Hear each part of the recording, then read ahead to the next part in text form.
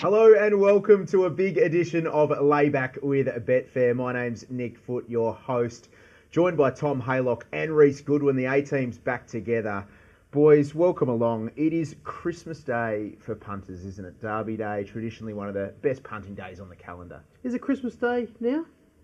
Well, Champion Stakes Day has always sort of been my Christmas Day, but I feel like Derby Day, there might be a changing of the guard. But we've got 9 of the very best, I feel, Tom, perhaps 8 of the very best. But I'm very much looking forward to Saturday. Now, can I jump straight on the lab in here? Because as soon as you said 9 then, I'm like, oh, that's triggered him. He's going to go off here. Reece Goodwin's here too, by the way. Yeah, don't worry about that. That's okay. Hi, Reece. Hey, Tom. 9 of the best. Yeah, why isn't there 10 of the best?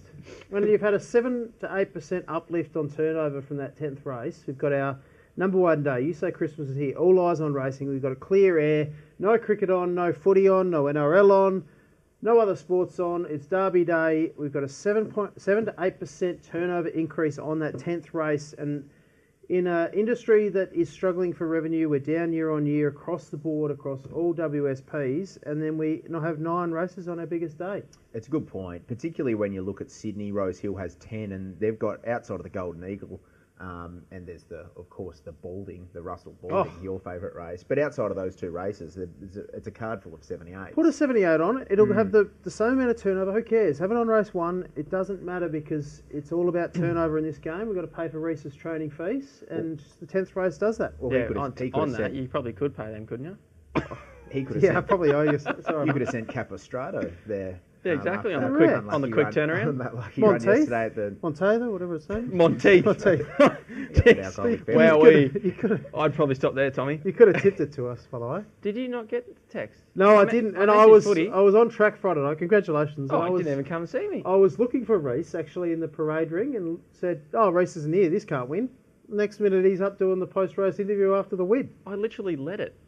That's why he couldn't find me. I was leading the horse. I was doing what most trainers don't do and strapping it. Oh, it's true. He does get his hands dirty. He doesn't want painting on his face. While the public are watching, I do. Back at the stable and there's no one there. Reece, we are in the lay-in segment, and it's been a bit of a sketchy start, let's be honest. But I want to ask how you're feeling, and we'll talk about your filly, Lovely Cut, in a moment, who's going around in the Vanity in race 2. But it must be a really good feeling for you in...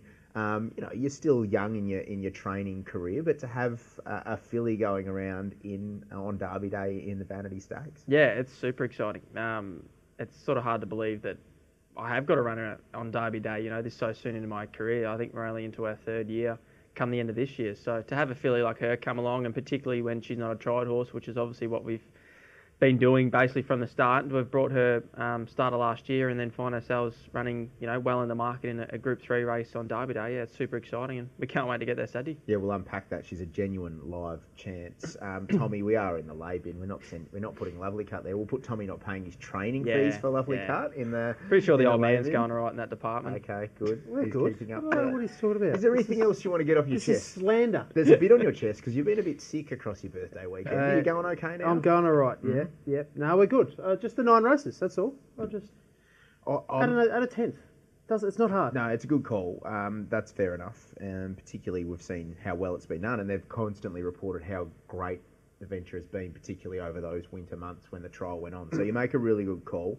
I'm putting something in the lay bin. I'm putting the traders in the lay bin across all the corporates. I took a set against this girl last week. Tommy, I think it was his best bet, but they've put up Hinged favourite again this week in the Rosehill Gold Cup. This is taking the mickey now. We weren't even trying last start. That was horrific. You can't be putting this horse up favourite ever again. No, I'm surprised it's not retired. You called it a midway that it was running. It wasn't a midway. And it still couldn't win. I thought the owners might have sent it to me, but anyway. You'd get it to win. Oh, I can get one to win after a while off the scene. The only man that could make Hinged about himself, Reece Goodwin. Hey, there's a cracking card we've got ahead of us at Flemington. Just one other thing that popped into my mind. Okay. Twitter bets, they can go on. Very good. I like that. That's a good one. They can. And tune into the conversation from yesterday on Wednesday with Michael Felgate, having a chat and getting educated around the protocols and understanding it, because attrition rates of the internationals coming to the Melbourne Cup is actually enormous. So don't just talk through your kick or talk through the desire to have good horses in the race. understand what this means to racing and listen to the protocols. I found it extremely eye-opening. So, good call. They can get in the bin as well. Tommy's speaking way too much sense to kick off this show. I'm quite scared. It's a bit of a worry. It is. Derby Day, 9 races of the best, Tommy, at Flemington headquarters. The conditions look absolutely perfect, don't they? I think it's 25 degrees, not a lot of wind. We want it playing fairly. Might have to get the linen suit out, the lighter number this Saturday. I just bought a cord jacket, actually. I don't think that's going to get a run. No. That's a Melbourne Cup day, Yes. out 19 degrees. Correct. It's great weather, northerly, which is different. We're talking about this off air. So last year, both Saturdays, prior to Jenny led through out and won the double there. It was Southerly's. It favoured those up on speed. That's always a little bit of a concern for the Saturday, first day of the carnival. Obviously, it can play a bit laterish, can play up and in. But the northerly winds, hot weather, I think they'll give it a bit of juice early on, and hopefully the sting's out enough and it will dry out throughout the day. But track should be fair. Just monitor those on the fence. Let's kick off in race 1, which is the Group 3 Carbine Club Stakes for the 3-year-olds over the mile. The past 3 winners of this race, Kaizad, Perfect Thought and Fangirl, and interestingly enough, all those runners kicked off their campaigns in New South Wales and bought that Sydney form. I think something like 8 of the past 11 winners of this race have kicked off their campaign in New South Wales.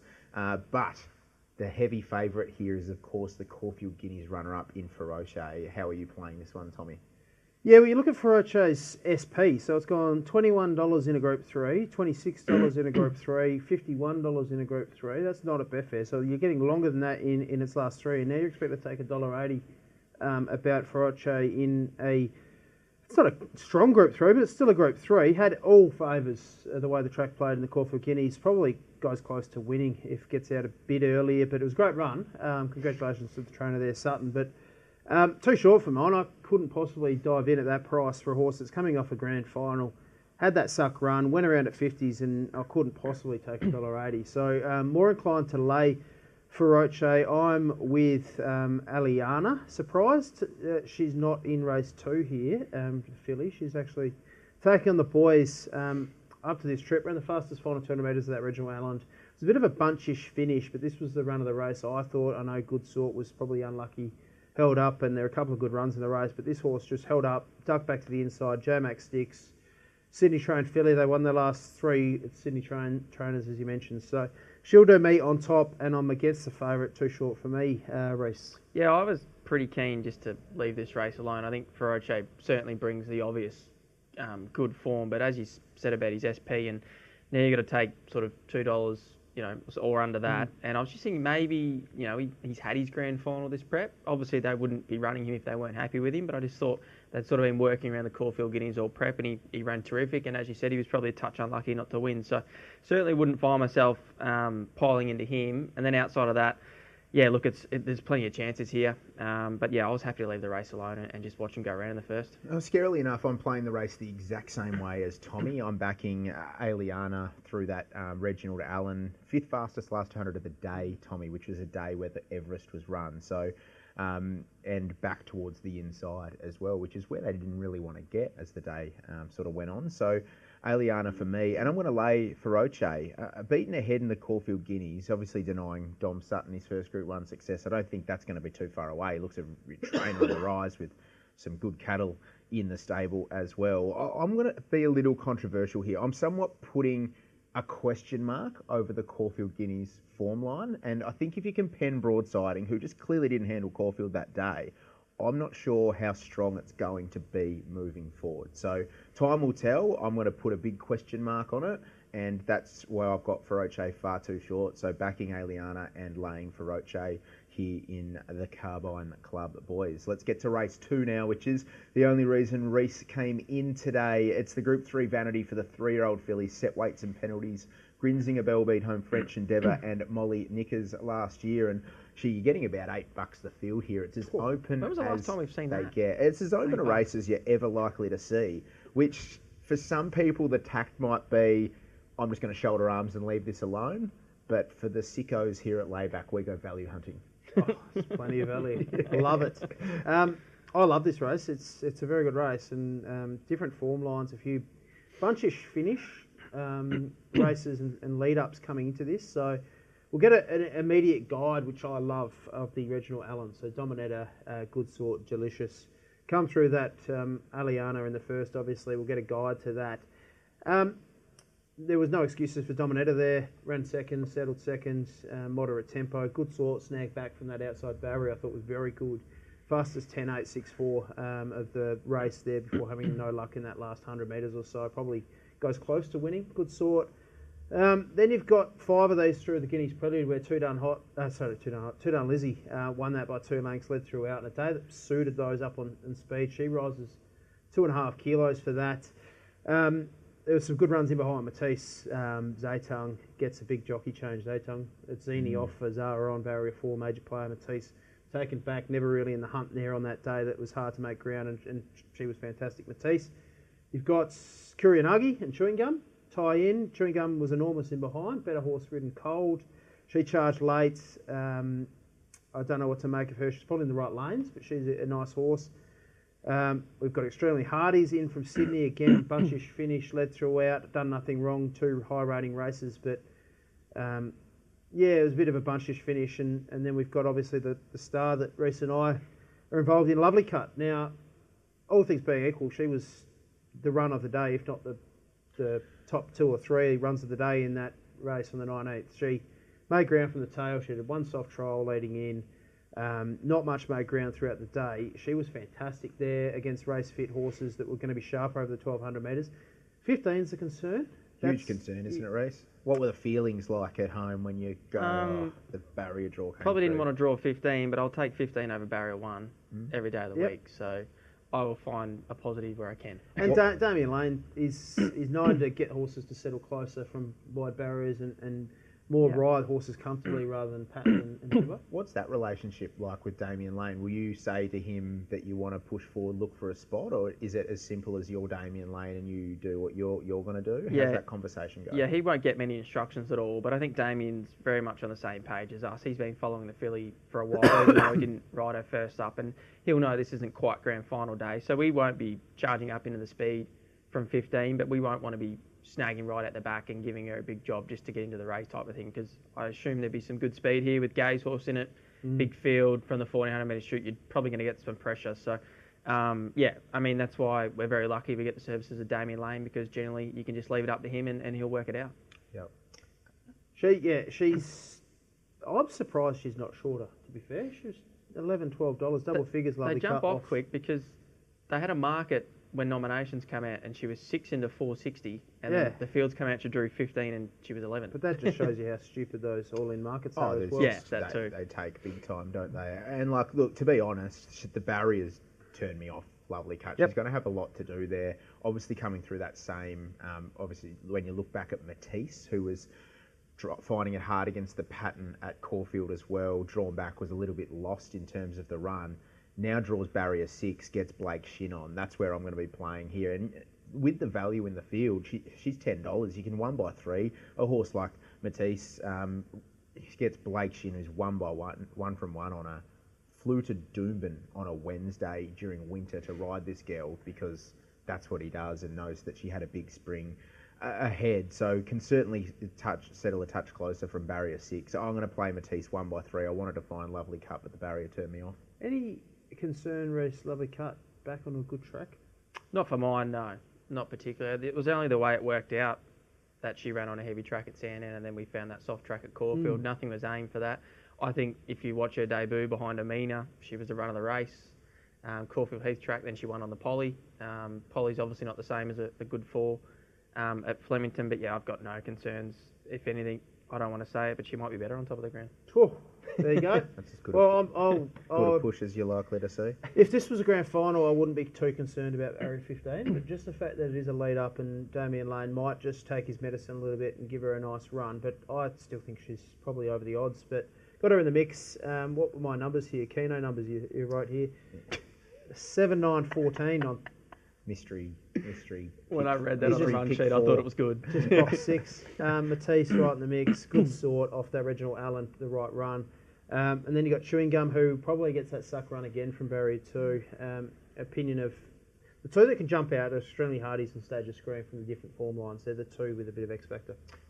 Yeah, I'm because I've got the filly in the race. I'm not having a bet, but there's two I'm quite interested to see how they go really well. The one footy's with Matisse with the blinkers on, blinkers B-shin on. This clearly isn't quite a grand final, but they obviously want to see this filly running just about at her best to be going to 1,000 guineas in 2 weeks. So the blinkers on really interests me. But then I also sometimes think from the trainer's point of view, is she not going to step as well with these blinkers first time? And does she still end up in a similar spot that she's been in? So that would be my little concern. But you got the right man on to work that out. Does that's he for offset sure. the blinkers Probably. going on? Yeah. And then the one Tommy just mentioned, Stage and Screen. She was well in the market, Seymour Cup Day and a maiden. She won very convincingly. Mick D sticks. I'd say she'll go forward from 12. She's by ace high. I don't think 1,400 is going to be any concern at all. And I think the team have got a really good opinion of her. So it wouldn't surprise me if she jumped out of the ground. So if I'm looking for 1,000 guineas, Stage and Screen's right in the mix. If I'm betting now for 1,000 guineas, Matisse, Stage of Screen and Lovely Cut. Well, we're going to learn plenty more after race 2 about the 1,000 guineas. But Reece, good luck to you. That's very exciting stuff. Very well deserved. Let's move on to race 3 now. It's the Group 3 Rising Fast Stakes, handicap 1,200 metres. First time we'll see them go up the Diddle on Derby Day. Spacewalk beat home Crosshaven and Najim Sahale last year. This is a really strong edition of this race. We get Schwartz back, who's your favourite, who went to a new level with that. Just the one start last preparation, the Group 2 Missile. He's an interesting one because he was floated around for Group 1 assignments like the Manicato. I think that Missile took a lot out of him, so they've taken their time with him. They know he is an expensive entire. Are you going to be siding with Schwartz, or are you going to be looking around for some value here, Tommy? I've had a massive opinion of Schwartz throughout his career. I backed him this time last year when he led throughout. He jumped on the bunny and led and controlled the race and dominated everyone. Really good time at Flemington last carnival. Yeah, it was pretty good in that Missile. I think beating She's Analysta and Arctic Glamour's no bad race, that Group 2 Missile. I've got him on top. I think he's a really nice horse. Ray Magnerio's the one that I went looking for. Meets Spacewalk 3.5 kilos worse, which is interesting. And Spacewalk, as you said, won this race last year. But I'm backing Schwartz. Loved his trial at Rosehill, beat Eagle Nest there and did so. Looked sharp. And I've got him on top. I'll save. I don't want to lose if Ray Magnerio wins, because I backed Ray Magnerio last start. It was a sick beat. I'll go my typical value. Star Patrol, I thought, was tracking really well before his first up run, and he was no doubt disappointing. Heard Clip McDonald on radio this morning thinking that the horse has really sharpened up since then. Blinkers on? Yeah. Has he got them on? Yeah. Yeah, okay. I thought I heard him say that, but then when I was looking, I couldn't quite see the gear change, but I probably didn't look hard enough. Matisse, blinkers and shin on. Yeah, that's right. So he's a great straight track horse, and as much as his first up record is good and he was disappointing, his second up record's really good too. So I'm just banking on the horse getting somewhere near his best. I think if he is, he's a great each way play. Obviously very wary of Schwartz. He's probably going to be drawing the right part of the track, even though it's only going to be early in the carnival. No doubt those outside gates are the place to be. J-Mac, don't know if you're riding him a half over at 56, but 55 half's a pretty good push as well. He's obviously knows his horse pretty well. So I think he's the main one, but typical of me to go looking for a price. And I think B Shin going on is a great gear change along with the blinkers. He's a good price, $12 now, corporate Star Patrol. I went looking, but I backed him here on the show in the Scalaci Stakes, and I thought he was really disappointing. Albeit I know he's better up the straight, but he'd have to improve sharply, I feel, to compete here, and not to say he can't. I'm going with a bit of a different form angle here. I know the money will naturally come for the big players, as it does throughout the spring carnival. You generally want to be with the big stables and the big jockeys, unless they're Lovely Cut. But I'm here with... a big stable. Yeah, I'm here with Press Down. I got the big jockey part. Peter Hardacre, Neil Farley. Press Down is absolutely flying. But 3 of his past 4 starts have been high rating wins. The only failure was here when he was $2.40 down the straight. He was found to have some soreness post-race, and it was an end of prepper. But he comes here. I'm not like writing him off as a straight tracker or anything like that. He's run time. That run in the Gold Topaz, $150,000 race, albeit at Swan Hill, was very, very impressive, and I think he's set for this now. So I'm going to 1x3, Press Down, a little bit of South Australian flavour, which I also generally like to add to the program as well, boys. But a great race nonetheless. I think Ray Magnerio as well, Tommy, is just screaming out for the 1,200, 1,000 metres. I know he broke the sale, I think it was the sale track record when he ran over 1,000 metres. I think it was this time last year. he ran he might have broke the track record on a 64 or something like that on his way to running last day of the carnival in one of those country trainers races. So he's come a bloody long way, Ray McNeary. They've done a great job with him. Yeah, he's super, but I think the 1,000 beat him last start. He's 1,100 to 1,200 metre horse. So the back size he ran into. Couldn't talk you out of him at all. Let's what a sick watch. Tommy just having some PTSD over here from last carnival. Move on. Hey, let's talk about race 4. The Group 2, Damien Oliver, handicap 1,400 metres. Cause for concern won this race last year, beating home Bandersnatch and Munamek. This is a fascinating race at the top of the market between two of the bigger hype horses we've seen that have been known to let punters down. I speak of Jimmy Star and Another Will. The early moves in the market on the corporates have been the biggest eye-opener for me here. So Another Will opened at 230. Jimmy Star was 340. They've since swapped places in the market. Jimmy Star's now your favourite.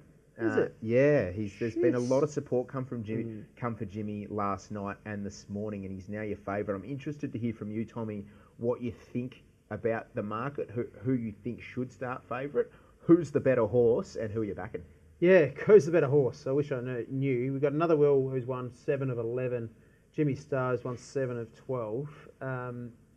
What a race. Jimmy Star's absolutely flying. Defied the pattern first up. Ran incredible sectionals there on that day, and then second up he also defied the pattern. The barriers and the maps, the biggest thing. Jimmy Star's drawn 10 of 11, gets back, Another Will just lobs in that right spot. Forgive Another Will kicking up and leading, never really looked comfortable last start. He started, what's amazing, he started favourite Another Will in a Doncaster and favourite in a Group 1 Toorak. Shows you he's a serious racehorse, and he comes here in a Group 2 Damien Oliver against it's not a bad field, but it's no Doncaster field or it's no Toorak field, and now he's not even favourite after the market move. He's the map horse. He'll be in front of Jimmy Star the way the race will pan out, but I'm with Jimmy Star. Disappointed the market's flipped. I thought they probably should have been closer when they opened, so I can see why the money's come for it. Jimmy Star's 2 wins this time in have rated through the roof, and I'm just with him. Don't know who I think the better horse is. Maybe Jimmy Star's got more brilliance. He's a bit sharper this time in. Before I throw to you, I've went with Jimmy Star as well. I just feel he's completely airborne this prep, and he's a different horse. That first up run over 1,100 metres, clocked the fastest last turn of the day, backed it up in the weekend hustler. I like that he's remaining at 1,400. I think this is his sort of ideal trip now. So, yeah. We've got the ability to run such good sectionals to finish over the top of them. Most other horses here I'd be against from that setup. Yeah, he's a potential top liner. If he takes care of these, we'll be seeing him in some proper Group 1s, I feel. I'm against you boys. I'll go with Another Will. I think you can completely forgive the Toorak run.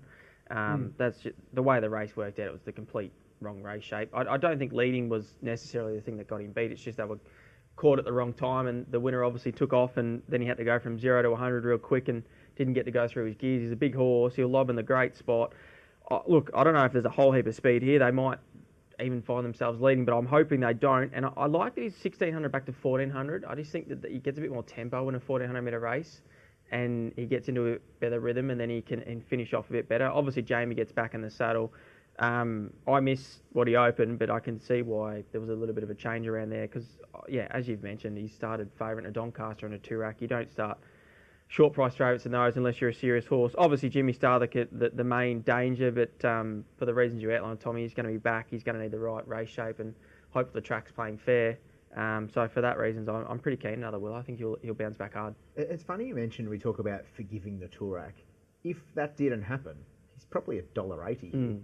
Yeah, if he missed that run, he wasn't there for some reason. If he had a foot abscess or something like that, he missed that run. He's back to 1,400 month between runs. We don't have that blemish on his record, and he would never open $4. His trajectory, like he was futures, he was all in $2 for the Toorak for weeks, and then got to race day and you got a better price about him. So futures betting, mate. Yeah, but it does give you an indication or an insight into perhaps how highly the horse is thought of and the trajectory they're on. What a race. Just on this, great race to play in the cashback second market on Betfair. You'll get a similar price as on Betfair in the cashback second as you will to win on some of these corporates, and you get your money back if they run second. So you've got 2 horses, one's won 7 of 11, the other 7 of 12. Jump on the cashback second at Betfair and take your pick. And you think they could run the Quinella again, so that's the way to play it. Barrier 2's a little. You mentioned he's a big horse and needs galloping room. That actually now I just thought of it, concerns me a little bit. His best win was probably that benchmark 100 when 13 had a bit of room. I'm just worried if he gets strung up back in trip now.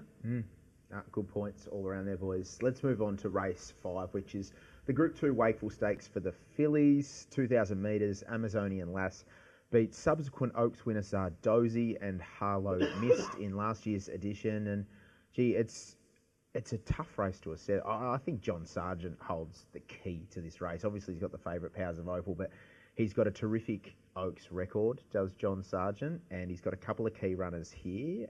Intrigued what you feel about the race, Tommy, perhaps how the map plays out. We've seen a lot of these races coming into these, like for these fillies in the Oaks and the Derby. We've seen a lot of slowly run races coming in here, which aren't sort of setting these horses up with good platforms to succeed when they reach grand final day.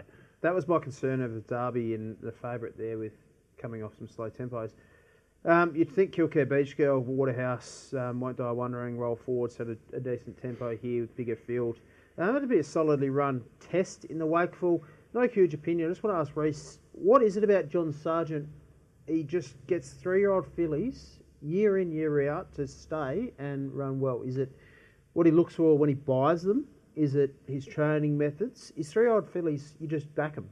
It's all of that, basically. Yep. If you go through John's statistics and his previous, major winners, they're generally, he's not training Everest winners, that's for sure. He's training, Oaks winners and Derby winners. So I don't know. It's obviously something he just likes to do. That's his sort of forte and his niche. And he, as you said, he's got a great record. He always brings the right horse down here for an Oaks. So he looks like he's got control of this race again. But yeah, in saying that, obviously this is Think Big Stud. They probably breed staying horses as well. So it's a little bit of combination of everything. But no doubt he targets staying horses and he targets the staying races and he pulls it off. He's good at it. Reece, you and I are sort of siding with the same filly here. We speak of John Sargent with Powers of Opal. First up finished 4th in the Flight Stakes before J-Mac went to Hawkesbury for the one ride. She was $1.30 that day, gave them an absolute pasting in the Super Maiden. J-Mac bloody needed a neck brace. He was looking back at the field. I was going to say, it was like he was on Via Sestina. He was standing up there. I think I got $1.80 when market's over. I couldn't believe. No interest like self-interest. One of the great self-insertions into us selling Powers of Opal in the Wakeful. It's a long list. It's way back. But in saying that, when he was doing that, he closed off the final 200 in the third fastest split of the day, looking back with his head reaching around, looking at the rest of the field in 11.28 seconds. So different gravy here, but she looks very, very classy and the one that I want to be with on the way. I think she's one of the better bets of the program, Powers of Opal. But I also want to make mention of Inevitable Truth, John Sargent's other runner. My early prediction is this will be your Oaks Quinella on Thursday. Wow. Inevitable Truth and Powers of Opal. I really loved her work through the line in the Ethereal. It was a day where it was hard to make ground, and in the last 50, it was a slowly run race. You still saw her start to really get hot and get through her gears. So I feel she's the one in this field that's screaming out for the trip on Thursday. So I like Inevitable Truth. I've had a spec of them both in the Oaks already, in the Oaks market too. Yeah, I'm absolutely with you, footy with Powers of Opal. She was arrogant winning that maiden. J-Mac going there for the one.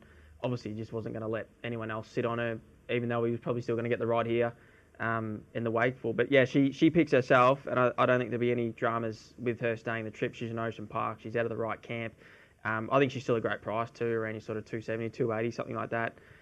J-Mac and the saddle's obviously a massive plus. The other one I want to have probably a 1x3 play is number 8, Our Paramore. B. Shin in the saddle, that's always a positive. He went to Cranbourne to ride this filly. She only won a 2,000 metre maiden. She didn't win it by a margin, which probably puts a few people off, but she almost sort of looked like the outside horse of John McArdle's was going to get to her about the 100, and this filly, she was just toying with that horse, and she put the ears back, and then she drew away late. She's also bred to run the trip. She's out of the right camp, the Walker camp, Tiarkau. She's got the awkward draw. Be interested to see what Shin does. He can be a positive rider that can put a horse into the race, and I hope he does that. I'm guessing it's going to probably be a true staying test. I hope with Gay's horse in it, and it might sort of feel these out who are coming out of slowly on races. There just hasn't been any test of any endurance with many of these, where I just want to try and find the fillies that look like they'll stay the trip, and they're the two I'll go with, and obviously Power of Opals I'm most keen on. Yeah, I just want to reference a little bit of history too, because I remember this day last year I made Zardozi my best bet of the day, and she finished off beautifully in the Wakeful before going on to win the Oaks. So whilst I'm very keen Powers of Opal, you somewhat got to be a touch trepidatious in the Wakeful Stakes, because she's there to win on Thursday. So it's a fine line, isn't it, when things got to pan out your way. You don't want to be seeing them use the tank on Saturday. Let's move on to race number 6 now, boys. For you, Tommy, race 6 is the first leg of the quaddie as well, 9-race card. Yep. Just thought I'd boost your mood. It is the Group 1 Coolmore Stud Stakes for the 3-year-olds at 1,200 metres. Your past 3 winners, Osmosis in Secret and Home Affairs. This is a cracking edition of the Coolmore again, boys. Fast becoming one of the best races on the calendar. Growing Empire kicks on from the Everest. He hasn't done a lot wrong. He hasn't won at his last 2, but he hasn't really done a lot wrong in the process. You got the likes of Switzerland as well, who's a very interesting runner. Traffic Warden, who we know was sensationally scratched at the gates last start as well. So a few angles here. What are you expecting to see in this race, Tommy? And is it something that you want to dive into head first? Yeah, it is. Yeah, I'm pretty confident here. Growing Empire, I think, leads from Lady of Camelot. Perfect barrier for Growing Empire. You've got Gallant Sun out wide, up on speed, and you've got the horse drawn inside as well. A bit of speed there. I'm with Growing Empire. I actually think he's a better sprinter than Traffic Warden. I think Traffic Warden might be a better miler or a 1,400 metre horse potentially, but just at sprint trips, and was shorter than Traffic Warden heading into that Everest. And now they're quite a similar price here, which I can't really work out. What's Growing Empire done wrong? He ran 3rd in Everest, and now one's 350, one's 420. I could lay Traffic Warden inside barrier as well, probably not ideal. Growing Empire on top for me. I think the danger might be the filly Bellatrix Star, just different form line. It defied the pattern in the Captain Teebs. Completely flying. Yeah, flying. Overcame the pattern in the Scalacci, won the Captain Teebs down the straight. Brings different form, ran meeting fastest final 600 metres there. I think she's airborne. So she's a value in the race. Got Growing Empire on top. I'll back them both and could potentially go for the hamburger. And I think Traffic Warden's closer to a $5 shot. Missed that run. Back from 1,400 metres.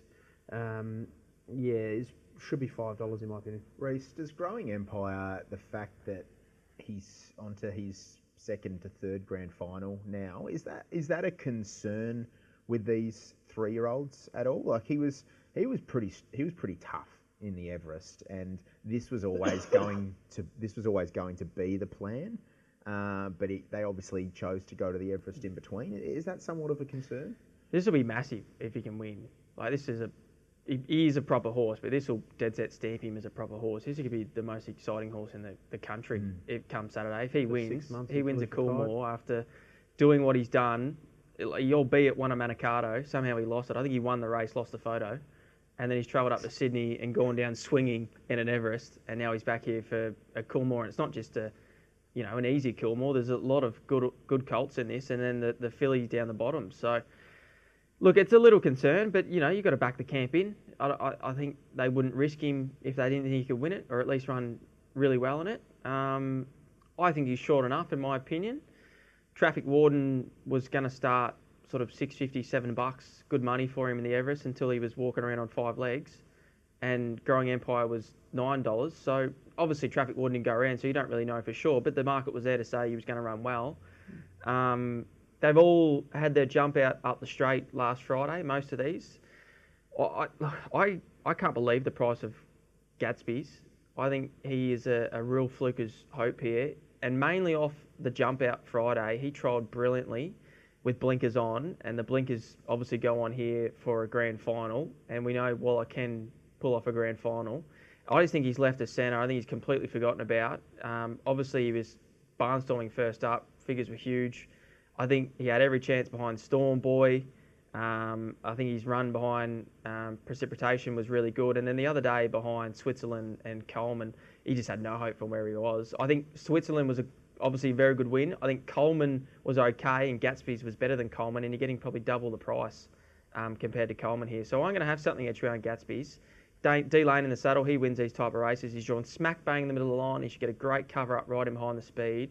And I'm pretty keen on him 1x3. I think he'll run a really bold race. Yeah, I'm with Growing Empire, Tommy, with you. There's just too many factors in his corner to ignore in this race. Drawn the best part of the straight, has ticked that box, beaten key rivals through the Premier form line in the Everest. And Reece, I think you're right. He's an absolute proper horse. It's just the only question mark I have over him is there enough left in the tank for this? The other one I just want to spec at a big price is Yoshinobu, and I'll take you boys to Nobu if Yoshinobu wins this race. Nice. Thank God. I think Reece will appreciate Nobu. About time you paid for something. If you want to hitch your wagon to the Roman consul form line of Switzerland and Coleman, then Yoshinobu, who crossed the line with Coleman, is over the odds at $71. Yep. Progressing nicely each run. Just the 4 career starts. Nisha and Archibald are actually flying at the moment. If they split, well, you know, we've seen horses pinch them on the far side before. So I'm having something on Yoshinobu on that far side as well. Let's move on now to what's supposed to be the feature on the card, the race 7, the Group 1 Victoria Derby for the 3-year-olds. 2,500 metres. Your past 3 winners: Riff Rocket, Manzois, and Hai Totsu. Chris Waller's won the past 2 editions of the race.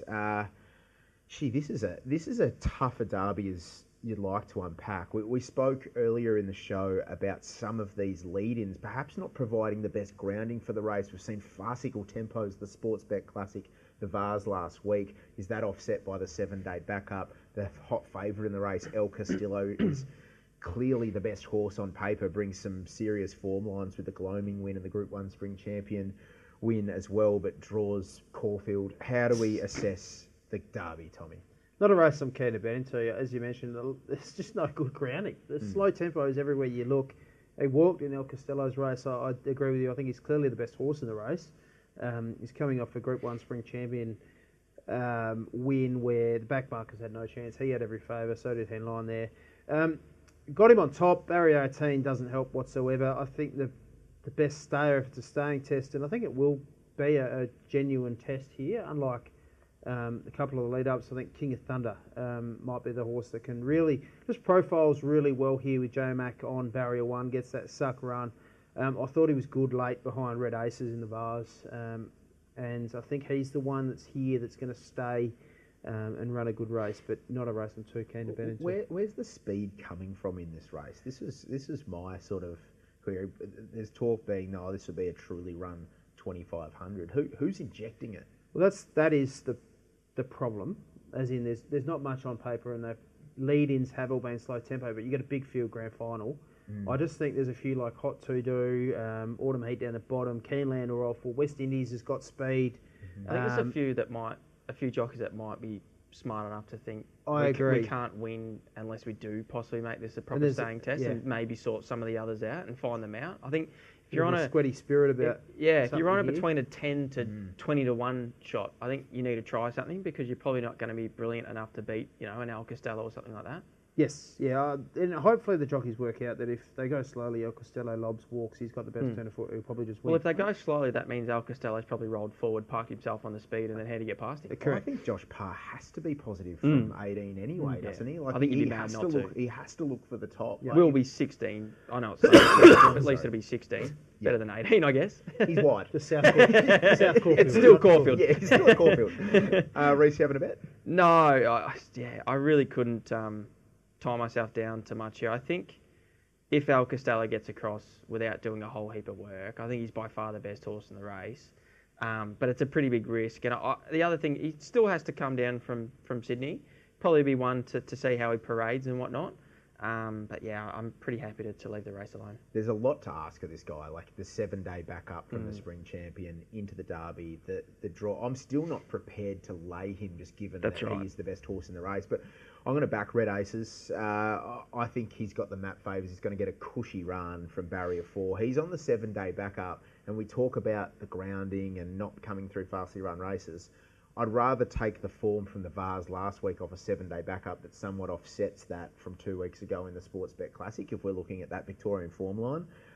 Nick Ryan's obviously got a huge opinion of him. He nominated him for a Melbourne Cup prior to that scratching in the Sportsbet Classic. So the staying capabilities and the idea that he's a stayer in the stable are clearly there. So I've been with him the whole time on the Derby path, and I'm sticking with Red Aces on Saturday. Let's move on, boys, to race 8 now, which is another one of these Group 1s, and it's a classic Group 1. It's the Empire Rose Stakes for the fillies and mares. Weight for age over 1,600 metres. Pride of Jenny beat home A Tissue and Life Lessons in last year's edition. I'll look through the field here, boys. There are just a host of winning chances. A Tissue, Amelia's Jewel, Orchestral, plenty of ammos flying, Komochi, even the WA horse, our Safina. There's a host of winning chances here. I'm going to try and strip it down as best we can, Tommy, and I want to ask you who you think, and Reece as well, the best horse in the race is. I think it's pretty easy to answer, and I think it's A Tissue. She's the best horse. She wins here. You mentioned a host of chances. I don't think there is. I think she's the one that's been building. She profiled perfectly. Nice to see her run such a good race last start. I think, again, that's just all been planned for this race. She ran second in this race last year to Pride of Jenny. There's no Pride of Jenny's here. Her run last year was outstanding behind Pride of Jenny, and I think if she runs anywhere near that, she beats this field. So I'm with her. A Tissue on top for me, Reece. Yeah, I think she clearly is the best horse in the race. She's an older mare that's having a 46 start, so she's probably not reaching her career peak. She probably deserves favouritism, no doubt about that. I'm probably going to go with I'm definitely going with the lightly raced mare that's on the way up. Plenty of ammo. She's been really well managed. She's a 6-year-old. She's only 12 months younger than A Tissue, and she's only having start 8. So she was pretty unlucky not to win first up. Yes, it was only a stakes race, Paris Lane Stakes, but then she was brilliant last week, beating Royal Champion, who brought some pretty handy form from overseas. And yes, Nugget doesn't win out of turn, but he's racing all the top sort of races, basically. So I thought she was pretty good there. She's undoubtedly open to more improvement third up. She gets to a big track. She's got a soft draw. I think she's a great each-way bet. No doubt A Tissue, if she runs up to her best, she's going to be incredibly hard to beat. She gets back. She's going to be storming home. I've had enough of Amelia's Jewel, and that's probably a worry because it'll probably lob now, and it does get blinkers on, but I've had enough of her. She's a trap. Is she just going? Well, this is my concern is she is just going, but is she now going to properly do something with the blinkers going on from a good draw with Jamie Carr in the saddle? I'm happy to risk. I'm happy to take her on. She'll be my lay, and she'll be my lay streak too. So that will probably get her up. But yeah, I'm going with plenty of ammo. I think just considering she's the lightly raced horse coming through, and A Tissue, as I outlined, she's, how old did I say she is? She's 7. She's having start 46. I don't think she's about to hit her peak. So they might be maybe catching her on the way down, and plenty of ammo might get the right run and be able to capitalise on that. You say this, but this is the spring of 7-year-old mares. When you look at True. Denine Knowledge. There was another one that won Milanipatina. This is the spring of the 7-year-old mares. I'm siding with A Tissue. Flemington's her playground. The way she finished off at Caulfield, she didn't handle Caulfield, and she was explosive over the last 200 metres. She looks completely set for this. So I'm siding with A Tissue. I love where you're coming from, though, Reece, as well, with plenty of ammo. I think she could be Simon Wilde's best mare out of the Cirileo misses, the Whistler Lasses that we've seen. Yeah, my girls. So, I love the stable. I was with her last week. I think she's the best. There was a bunch finished last week at Mooney Valley. A couple of horses a bit unlucky, bumping in behind them. There was a length that separated the first 5, and now she's got to rise 2 kilos, stepping to a Group 1 off a bunchy Crystal Mile. I don't know. I went looking for her. Oh, I thought we should mention Orchestral as well, who... She was unlucky, yeah. She was out the gate too, the way the track was playing. You just couldn't back her. I went into that race thinking she was one of the 3 horses that could win. Well, she was a massive eye-catcher from the back of the field, but I think the market still overplayed it. I wanted to look for Orchestral in this race. Even when the futures went up, it was like no one in the world had missed it, and it was overplayed. It's like, hang on a second, she's still been beaten 10 lengths. Let's not... Yeah.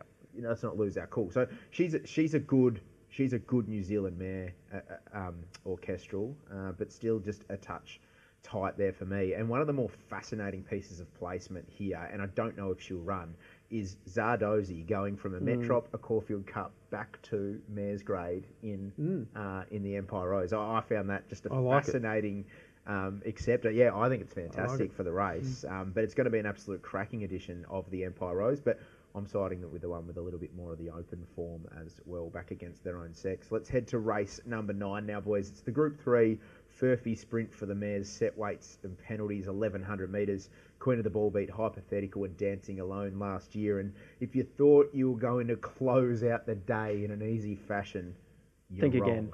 again. Tommy, who's winning the last? What about race 10? Oh, no, hang on. Oh, Race 9. He's hurt. I'm having two bets here with little confidence. Number 10, Cigar Flick, interests me. Just these Waller horses that go around and aren't that good, but they just keep running around. Just $23. It'd be my best horse in the stable. Yeah, well, Aren't that good? Apart from Lovely Cut. Sorry. Lovely Sorry. Cut's got Cigar Flick covered, mate. Fresh up a Queensland campaign, flies fresh, and fresh only for these type of horses. I'll be having something Cigar Flick, barrier 5. Are you reading my run sheet? No. Because I just noticed you didn't put Cigar Flick in the run sheet, but it's You in can there read for my me. notes if you want. I've got notes here. And number He's keen, 19, no numbers. did you tip Pondalawi as well, down the bottom? I did. Did you? Oh, we're reading it. Look. Got the same notes. We got the same two bet play in the last. Amazing. I told you it wasn't that hard. Third fastest final 200 metres of the meeting last start and first up. Better ridden with a sit. Probably. Just to concern how far back she'll get from 19. She'll be coming down the Roses in the last race down the straight there, but she'll be charging late. So Pondalawi, probably the horse to beat. Cigar Flick, my play, and the best roughie on the program. That form line, Pondalawi's got that form line through She's Bulletproof and then just shaded by Neance. Yeah, Neance. God bless Neance. Who looks incredibly progressive. That's like that form line's just humming along beautifully. So I'm backing Pondalawi and Cigar Flick as well. Thanks for reading my notes. You actually Tommy. haven't- Fresh is best for her. Her only first up failure from 3 goes, she had excuses in the vet. So comes here, as you said, off the back of that Queensland winter. She's a very big price, worth an each way bet, Cigar Flick. So I'll be playing those two as well. Reece, how are you closing out the card? Yeah, I'm not with you boys, that's for sure. And I'm really keen. Son's Dude, she is two things. She's a brilliant straight track horse and she's a brilliant firm track horse. Her last 2 runs have been on soft and heavy ground, one of them up the straight. If you go back to her only run this prep, that was good. She ran 3rd in Mornington Glory. That's now a Group 1 winner, Mornington Glory. J Mac in the saddle. She's got, I can't believe I'm reading here, she opened $10 for a filly, a mare that's won 4 from 5 up the straight. So I'm really keen on her. And one that I can completely forgive from last start is Ithmus. She dead set copped a fair hip and shoulder from Byron Picketed into the grandstand. wasn't she? And then she was subsequently pulled up lame, and she was well on the market there. She gets Bishan in the saddle. She's also another filly who really appreciates firm ground, and that day at Caulfield a couple of weeks ago, that was also a soft track. So I think they're 2 massive improvers, and I think they'll be dead set in the race, because this is obviously an open field, 550 the field. We're going for a bit of value. We'll probably find the first 4, no doubt. Yeah, absolutely. That rounds out the 9-race card at Flemington for Derby Day. Are you feeling a little bit more positive about it, Tommy, now that we've sort of unpacked it? I think we've got a few winners there. I don't want to get ahead of myself, but I'm feeling awfully confident ahead of Saturday. I feel the tips are a perfect mixture of horses at a price and at the top end of the market from the panel. Concerns me because you couldn't find Lovely Cut. Well, I think I'll leave it to you. She's right in the mix, mate. Come on, good girl. You've got to leave your emotion at the door sometime. Hey, do we have a What Caught My Eye? Yeah, well, let's talk about the US selection. Oh, yeah, let's do it again. What sort of liquidity are we looking at Have a guess. in the US election? Have a guess, Reece. I know nothing about this. I couldn't even guess anywhere near the right How many answer. millions? 228 million so Yeah. far. We've got a Goodness few days me. to play. It's a lot of millions. Tuesday night after Melbourne Cup. Hopefully, when we're waking up, we'll With our understand. pockets full. With the pockets full from Cup and Derby, and we'll be loaded. Bairnsdale. Gamble responsibly. Bairnsdale, St Arnaud, wherever you might be betting. Donald Trump $1.59 at the moment. He got a bit It's a shorter. big move. Yeah, he's been a huge move the last couple of weeks. He was about 220-ish 2 or 3 weeks ago and been heavily backed. He's just eased slightly in the last 24 hours. Donald Trump out to $1.59. Kamala Harris got to as close as about 284, I think, last night as we record this Thursday, so midweek Wednesday. She got about 280, 284, back into 270 now. Swings and roundabouts. It's going to be a fascinating market heading into the next few days. Yeah, and the Follow Tipsters, the new feature as well on the new Betfair app. You've got to hop on to the App Store or wherever you go for your Android apps and download that, because there's I think Reece Goodwin's even in that size 6 Tommy Hilfiger shirt in his photo for the... That's painted on. He's dead set It's all I can painted on, afford, isn't it? unfortunately. Oh. Can't afford the real thing. Come on, Not mate. just all I can afford is Well, Hilfiger. It's not a bad yeah. effort, If people were just paying their quietly. training bills, I'd be right. But hop on, have a look at the new feature. Do It's a that. great way throughout the Spring Carnival to follow in some of your favourite tipsters and hopefully have a successful Spring Carnival here in Melbourne. Got some push notifications too, so you'll know when the tipsters go in. We've got the Perth Carnival coming up after Flemington as well, so you'll get Terry Layton and Cripper's tips on the Betfair app there. Hey, let's move on to Rosehill. We're going to just have a look at a couple of races there. We'll tick off in... Time-honoured. Yeah, race 7, the Russell Balding Stakes, 1,300 metres. And Bella Nipotina backs up here after winning the Everest, and it's a simple question of how do they beat her? Like, how do they beat her? She's the starting point. She's the favourite. I'm backing her. Yeah, it's She always shows up. I love Gator's quote. He said the last time she ran poorly was 1983. fair. It's a fair call. Well, she won't run badly. She. I love what Willow did in the Everest. Rolled forward, slow tempo there, and 3.5 lengths slower than class benchmark for the 600. It wasn't a fast run Everest. She camped on speed. It was probably the place to be. There were several good runs in that Everest, but hers was fantastic. Bella, the Giga Kick was outstanding. There were a few others in behind her that were good. Sunshine in Paris was one of those out wide. I thought it ran pretty well. She's the horse to beat. Do I want to dive in at the price? Probably not. But do I want to tip against her or back against her? Probably not. So, yeah, good race. Yep, I'm with Bella. I just don't see who turns the tables on her in terms of Sunshine in Paris, Private Eye, the Iron Me's. Got it clearly ahead, and she just always turns up and runs a consistently high figure. So $2.40 is fine by me. Yep. Reece, not interested? No. Fair enough. Hey, let's talk about the feature on the card up there, which is the Golden Eagle. How much in prize money, Tommy? I can't count that high. Yeah, Too much. It is too much. It's nearly as much as those US election liquidities. But this is a fascinating race to assess, and a really, a real proper Group 1 field. When you look at the two imports, Ascoli Pacino, the Japanese runner, and Lazat, who's unbeaten French galloper that comes over here. I mean, you look at their figures. I know you do the data and crunch it as well, Tommy. They look unbeatable on paper compared to what some of our horses are throwing out. How do you assess the overseas form and line it up with some of our better hopes here, like Jolie Star and Ostraka, who's through the form racing the Silver Eagle to here as well?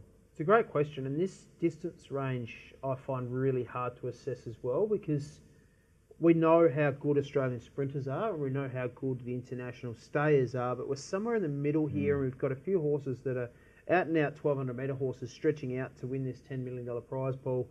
I think just going through the tapes and the replays, the favourite, Ascoli Pacino, looks outstanding, but then you got Moreira on from barrier 17. That concerns me.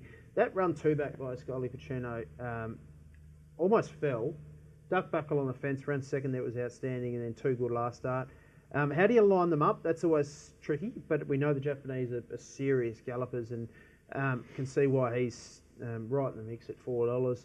I think the best local is Jolie Star. I think she's an absolute star. Now, she didn't parade at her best in the Everest. She was quite skinny there. I will be betting late in this market after I get some assistance from Mounting Yard to see whether she's improved from the Everest. She might have tailed off that grand final. Because if she's here, she's a star. I'm convinced of that. The other one, I think the market's pretty good, pretty right. I think Lazat is in the mix. I've got Jolie Star and Ascoli Pacino on top, but they are hard to line up, and I'm not diving in at the price. I think the market hasn't missed them. Yeah, I agree. Barrier 17 for Ascoli Pacino just turns. Yeah, it's hard to back, and Especially at Rosehill on a yeah. jack. I mean, I'm invested in some futures with Southport Tycoon, but again, another that's drawn sticky in barrier 15. So I'm going to cheer that, but I think it's going to be a proper horse race. I'm really keen to get a look at these internationals. It's about as good good a race you'll see, really. Like, a good race. It's, Should be for the money though too. yeah, well, and that's the thing. But you can put these up. I mean, you don't have to look too far close to home for big money races like an All-Star Mile when you don't attract the best horses. So hats off to them. This is a quality Golden Eagle field. But yeah, I'll be flicking over, but all eyes on Flemington for me. Reece, I assume you're not getting involved. No, I've got one. Ooh, good. He got turned his nose up I at know. Bellini Patina, and then he looks at this No one of the value hardest there. races and goes, "I've got one." No value there, is there? This race. I think Steffi Magnetica is going pretty well up to 1500. She was brilliant first up, fresh 1100 behind IME. She was just even in the Everest, but look, she reads 9 of 11, but she was beaten 2.3. And I remember Zach's comments afterwards was just when they put the foot down, they just dropped her. Yep. But I thought she held her ground quite good. She now goes 1200 to 1500. Last time she was anywhere near this distance range, she won a Stradbroke, and she won well, and she beat a mare called Bella Nipotina, who Nick says can't get beat in the previous race. So I think she's a really good each-way price. She'll lob in a great spot from 4. I really like that Zach stuck with her. I think he really likes the mare, and I think she's a great little each-way bet. Perfect. I like that from you. Thanks, mate. Well done. Good finish. It was Strong. It was Beautiful. there was a Strong. bit of conviction about it, wasn't I'm there? going to jump For on a and bloke back. that turned his nose up at Rosehill, he wouldn't even be able to pick it out on a map, and No. now he's bloody Correct. having his best there. Best each way for the day. Love it. Hey, let's move into the lay streak. We've got to get one beaten. Tommy, you're flying at the moment. $408 in liability. Reece, 139. I bounced back after Estriella turned me over. I'm 113. My 113. How is that possible? headline must have got out. I reckon. Started with 100 again. Started with 100. Yeah, I know, $13. Well, Henline clearly got out BSP, so it was a shocking lay in retrospect, but I'm looking to go aggressive this week, and I might start off. I'm going to get it done nice and early in the day. I'm going to get Feroce beat in the Carbine Club Stakes, race 1 at Flemington. Reece, who are you? I'm Amelia's Jewel. Terrified because she does get blinkers on, but I think she's just going. So yeah, I'm pretty happy to take her on. I won't lay her the place. I'll just lay her the win. Annabelle said on RSN this morning she couldn't believe how sharp Amelia's Jewel worked in blinkers the first time she's seen her in blinkers. Who said that? Annabelle Neesham. Oh, yep. She's a pack of them too. Have seen her around a couple of times. You've spoken to her, have you? Yeah, Any goss she that has. you can tell? I think the first time she said hello to me, she just treated me like a track work rider, and then I think she might have found out that I'm the Nailed bloke it. that actually trains Nah. and rides. Nailed it. Tommy? I'm still getting over how Private Legacy was 420 and well back last week. What are they doing? What's that got to do with the lace Oh, track? I just laid her win a place last week. And Okay. she I ended should up have tuned in, shouldn't I? ran second last strip barrier. What? You're a It's genius. it was the worst $4.20 shot you've ever seen. I'm laying Feroce as well, Nick. I found it a hard day to lay, but just too short for me. We'll put our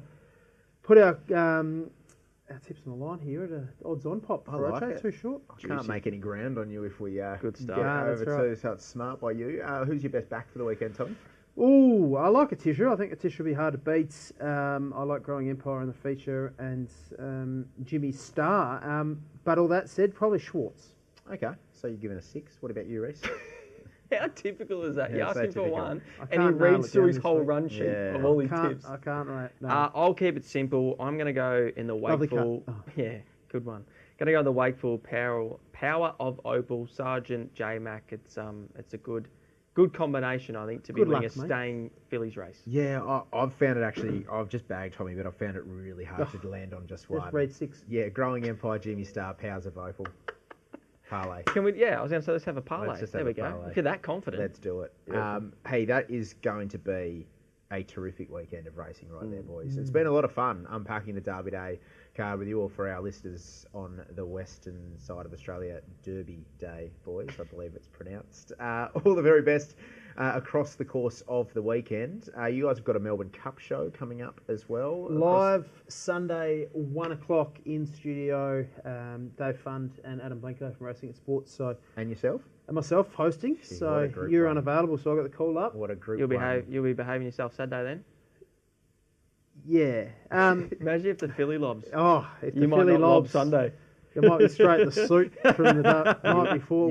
You'll never see a 2.5% celebrated as hard as this. Bit more than that. Hey, have a great weekend. We'll be back next Thursday for Champions State.